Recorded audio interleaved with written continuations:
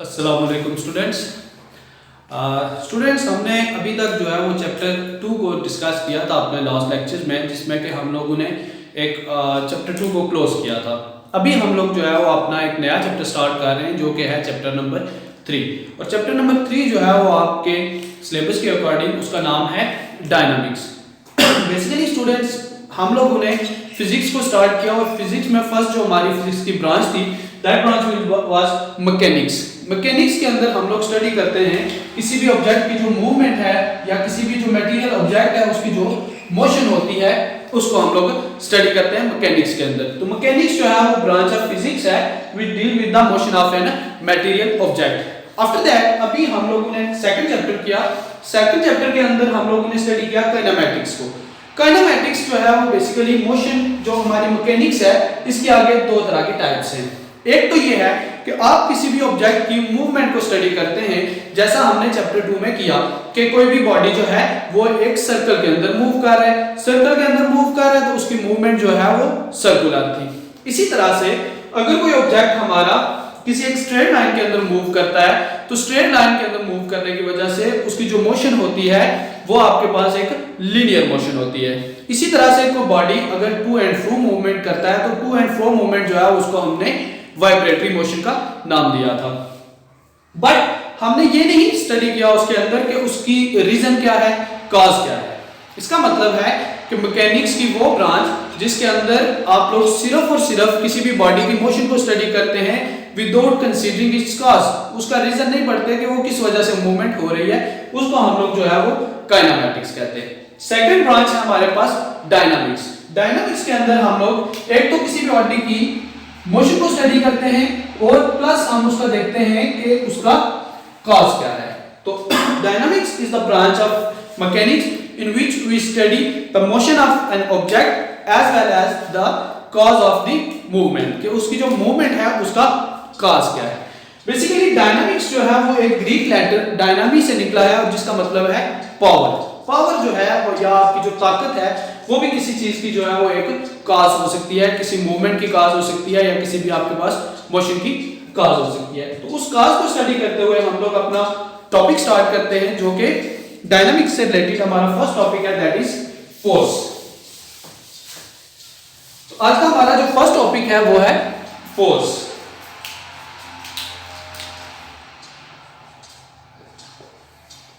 Force means आप आसान सा आप कहते हैं फोर्स का मतलब है ताकत। फोर्स क्या चीज है? बेसिकली आपने देखा होगा कि एक किसी भी हम एक कोई बॉडी है हमारे पास, कोई एक ट्रॉलर है, कोई एक चेयर है या कुछ भी इस तरह की चीज, उसको हम धक्का देते हैं, मींस हम उसको पुश करते हैं। पुश करने का मतलब है हमने उसके ऊपर एक फोर्स लगाई है।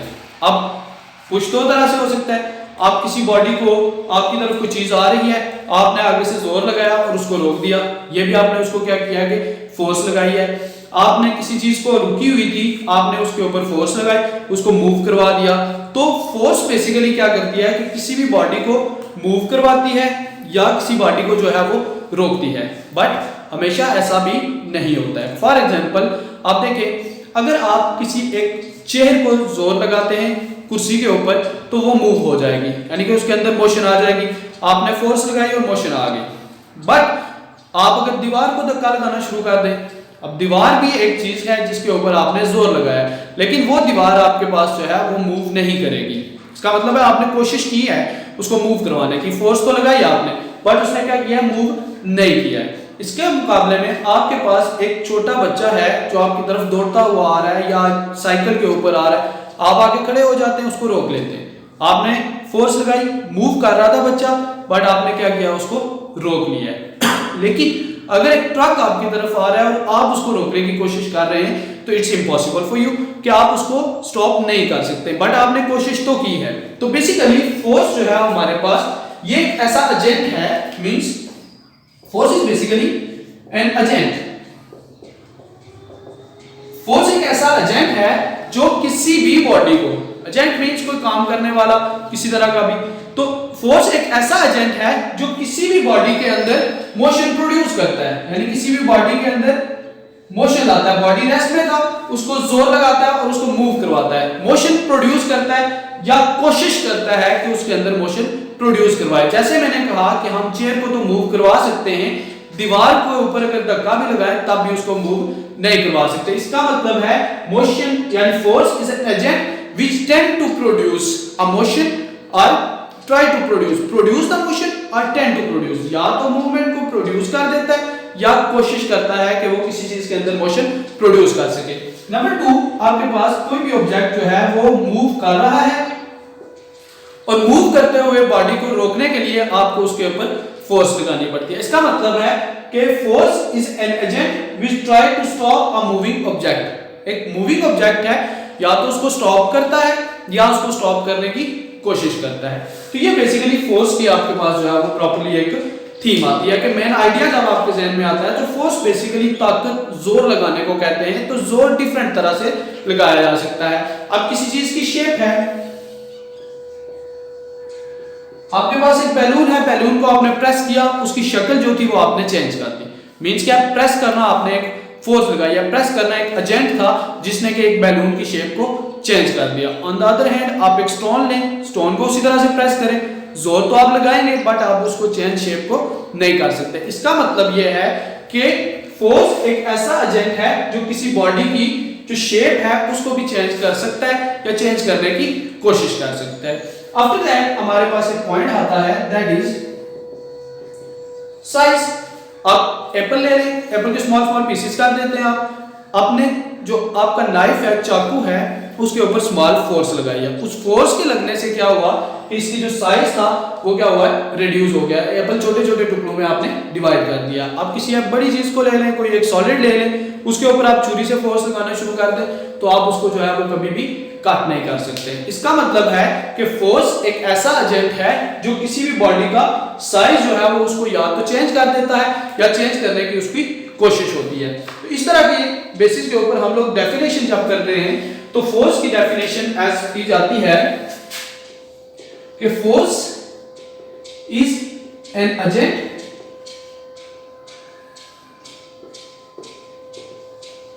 which move or tend to move an object। Force एक ऐसा एजेंट है जो किसी भी ऑब्जेक्ट को मूव करता है या मूव करने की कोशिश करता है। नंबर 2, स्टॉप और tend to stop moving object. Force एक ऐसा एजेंट है जो किसी भी बॉडी को स्टॉप करता है, मूव करते हुए बॉडी को या तो स्टॉप करता है या स्टॉप करने की कोशिश करता है। नंबर 3 आप कह सकते हैं change the shape of an change और टेंड टू चेंज, कि या तो किसी भी बॉडी की शेप को चेंज करता है या उसकी शेप को चेंज करने की कोशिश करता है। और नंबर 4 आप कह सकते हैं चेंज और tend to change size of an object. Number 4 चीज हमारे पास आ गई कि किसी भी बॉडी की साइज को या तो चेंज करता है या उसको चेंज करने की कोशिश करता है। और नंबर 5 आप ये भी कह सकते हैं कि किसी भी चीज की जो डायरेक्शन है उसको भी वो क्या करता है, चेंज करने की कोशिश करता है। लाइक आपकी तरफ एक बॉल आ रहा था क्रिकेट खेलते हुए, क्रिकेट बॉल आपकी तरफ आया, आपने जस्ट बैट से उसको हुक किया तो आपने क्या किया, उसकी फोर्स लगा के उसकी डायरेक्शन को चेंज करने की कोशिश की है। तो इस तरह से है कि उसकी जो आपके पास चेंज और tend to change the size of an object and also direction of an object. तो किसी भी ऑब्जेक्ट की जो डायरेक्शन है उसको भी चेंज करने की जो है वो कोशिश करता है। तो ये बेसिकली हमारे पास एक टॉपिक है फोर्स। आपकी बुक के ऊपर इसके रिलेटेड एग्जांपल्स के तौर पे पिक्चर्स बनी हुई हैं और उनको अच्छे तरह से जो है वो थ्योरेटिकली एलैबोरेट भी किया गया है, तो वहां से भी आप इसकी हेल्प ले सकते हैं। और ये आपका जो मेन थीम है basically force is an agent.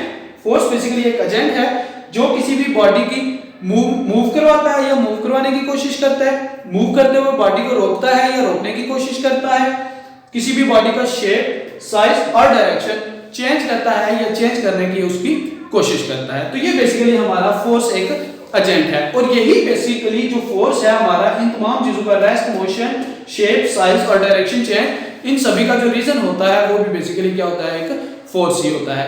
और इसका मतलब है डायनामिक्स जो है वो डिपेंड करती है किसके ऊपर, फोर्स के ऊपर। तो हम लोग मैक्सिमम जो इस चैप्टर के अंदर स्टडी करेंगे वो फोर्स के रिलेटेड ही स्टडी करेंगे कि force is basically that agent और force is that cause which produce the motion in a body.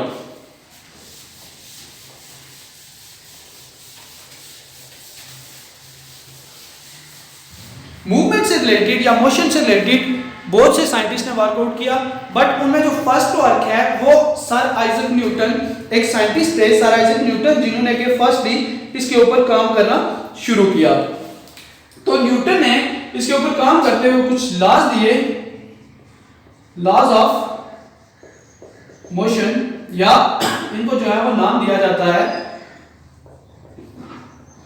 Newton's laws of motion. Newton ने कहा कि कोई भी बॉडी जो है उसके ऊपर डिफरेंट तरह के लॉज अप्लाई होते हैं, तब वो बॉडी जो है वो जाके कहीं मूवमेंट करता है या उसकी मोशन होती है। उन लॉज को जो है basically Newton's law of motion से हम लोग नाम देते हैं उनको, और उनमें फर्स्ट लॉ जो है वो इस तरह, इसके बेसिकली 3 लॉज हैं, ठीक है।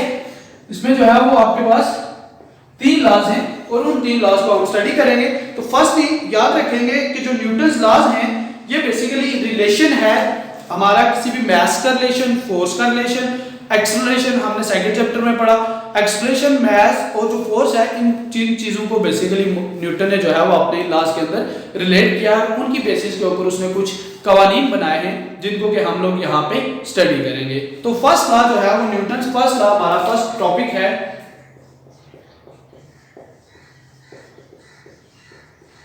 Newton's first. Newton first law बिल्कुल एक जनरल सी चीज है, हम रोजमर्रा जिंदगी में भी हम लोग इसको देखते हैं या इसको हम लोग जो है वो स्टडी करते रहते हैं, बट इन फिजिक्स की लैंग्वेज के अंदर हम लोग जब इसको लेके आते हैं तो वहां पे ये है, न्यूटन ये कहता है कि अगर कोई बॉडी मूव कर रहा है, if a body is moving और if a body is at rest, Newton ये कहता है कि if a body is at rest will remain at rest। Newton ये कहता है कि अगर कोई बॉडी रेस्ट में है, हालत सुकून में है, एक जगह पे पड़ा हुआ है, स्टेशनरी है, तो वो वैसा ही रहेगा, और moving with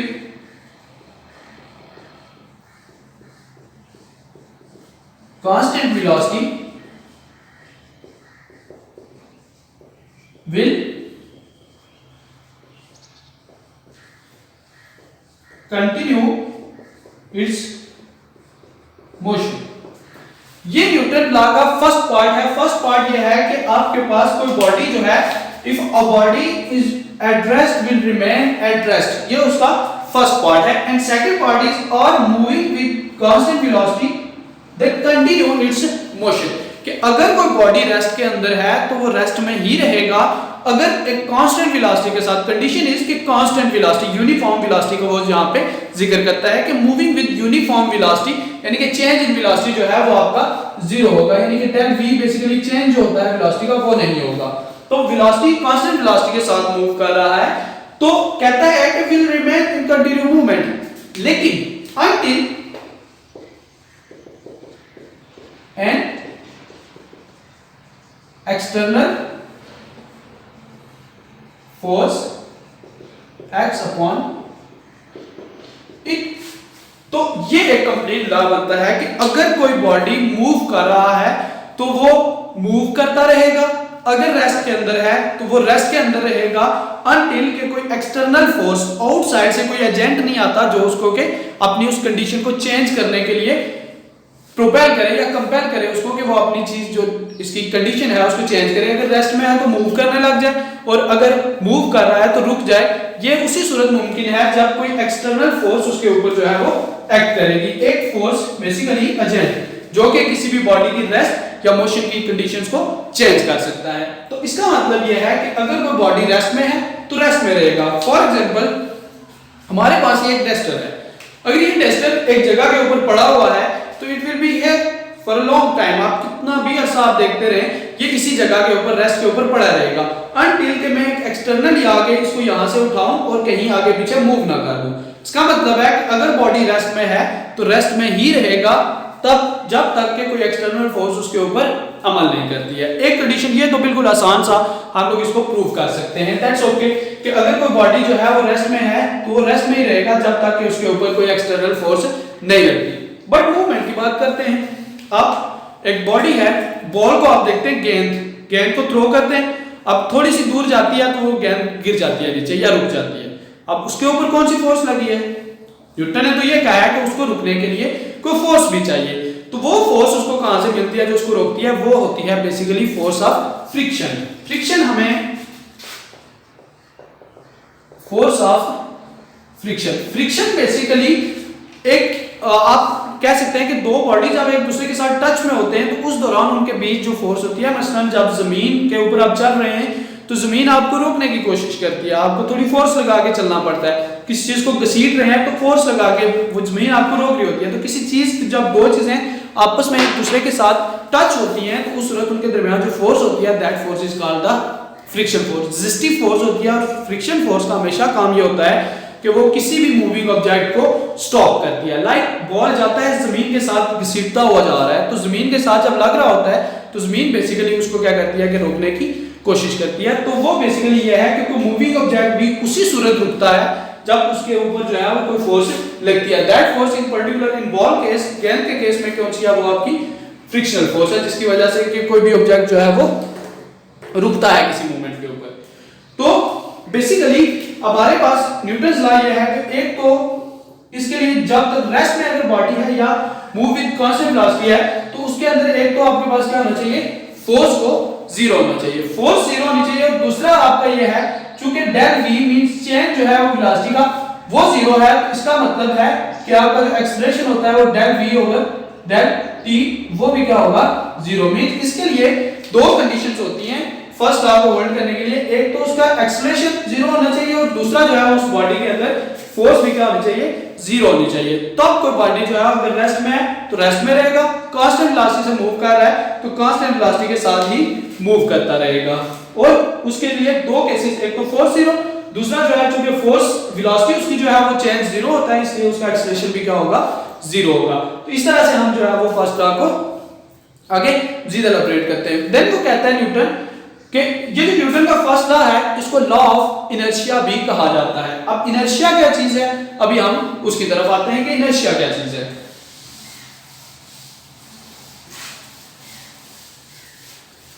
Newton second law, first law के अंदर एक चीज है या एक हमारी टर्म आती है that is called inertia. Inertia basically a property of a matter या किसी भी ऑब्जेक्ट की एक प्रॉपर्टी है जिस प्रॉपर्टी की निस्बत से वो ऑब्जेक्ट अपने ऊपर लगने वाली फोर्स को जो है वो अपोज करता है। मसलन आप एक वजनी पत्थर उठा रहे हैं, वजनी पत्थर उठाने के लिए वो पत्थर नहीं चाहता कि आप वहां से उसको उठा सके, आप उसके ऊपर फोर्स लगा के उठाने की कोशिश करते हैं लेकिन वो अपनी जगह पे क्या होता है? कायम रहता है। मींस जो आपने एक्सटर्नल फोर्स लगाई थी उसको वो पत्थर क्या कर रहे हैं? रेजिस्ट कर रहा है। आप किसी गाड़ी को रोकना चाह रहे हैं, गाड़ी आ रही है, आप आगे खड़े हो गए अगर रोक रहे हैं इसका मतलब है कि वो गाड़ी रुकेगी नहीं, इवन आपके ऊपर से ही गुजर के वो चली जाएगी। मतलब ये है कि वो गाड़ी अपनी मूवमेंट को कंटिन्यू रखना चाहती है, आप उसको रोकना चाह रहे हैं। तो वो किसी भी बॉडी की प्रॉपर्टी जिसके अंदर वो बॉडी अपनी स्टेट ऑफ रेस्ट और स्टेट ऑफ मोशन के अपोजिट लगने वाली फोर्स को अपोज करती है, that property is called the inertia.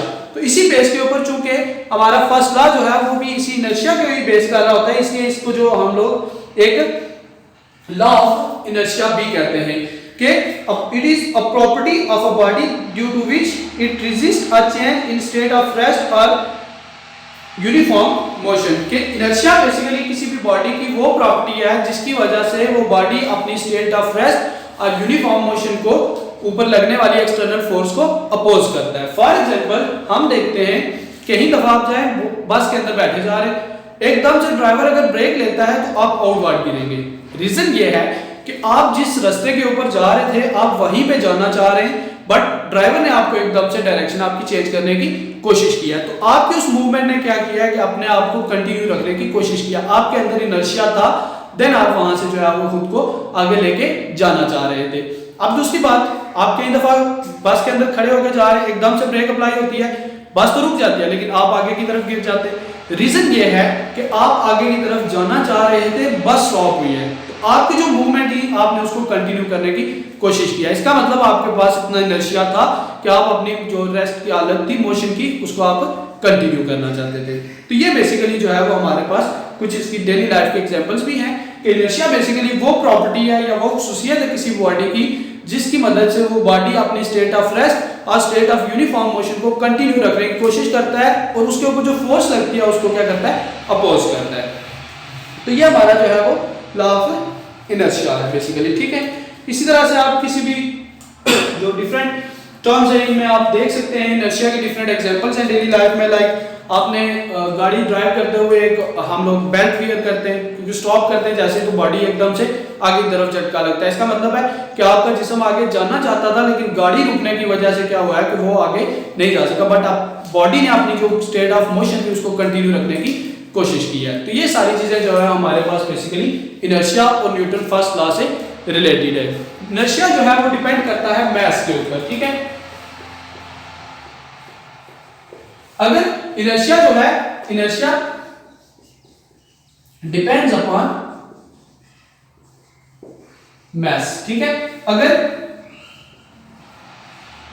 Greater the mass greater will be inertia. अगर आपके पास किसी भी बॉडी का मास ज्यादा होगा तो उसका इनर्शिया भी क्या होगा, ज्यादा होगा। और अगर मास जो है वो लेस मास होगा तो इनर्शिया भी जो है वो क्या होगा, उसके साथ लेस ही होगा। Inertia is directly proportional to mass. अगर इनर्शिया मास ज्यादा है तो इनर्शिया भी ज्यादा है, और अगर मास कम है तो इनर्शिया भी क्या होगा, उसके साथ कम होगा, ठीक है। तो ये डेली लाइफ के एग्जांपल्स हैं फर्स्ट लॉ से रिलेटेड। तो बेसिक आइडिया जो है इसका वो कंटिन्यू मूवमेंट और मोशन के ऊपर ही जो है वो डिपेंड करता है, ठीक है जी।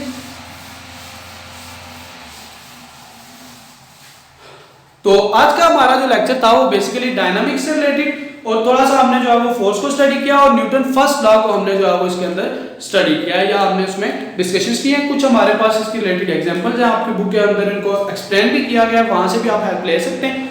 इस टॉपिक से रिलेटेड या इस लेक्चर से रिलेटेड आपके पास कोई भी क्वेश्चन हो तो वो आप जो है वो कमेंट सेक्शन में कर सकते हैं। इंशाल्लाह I will answer your all the questions. Thank you so much.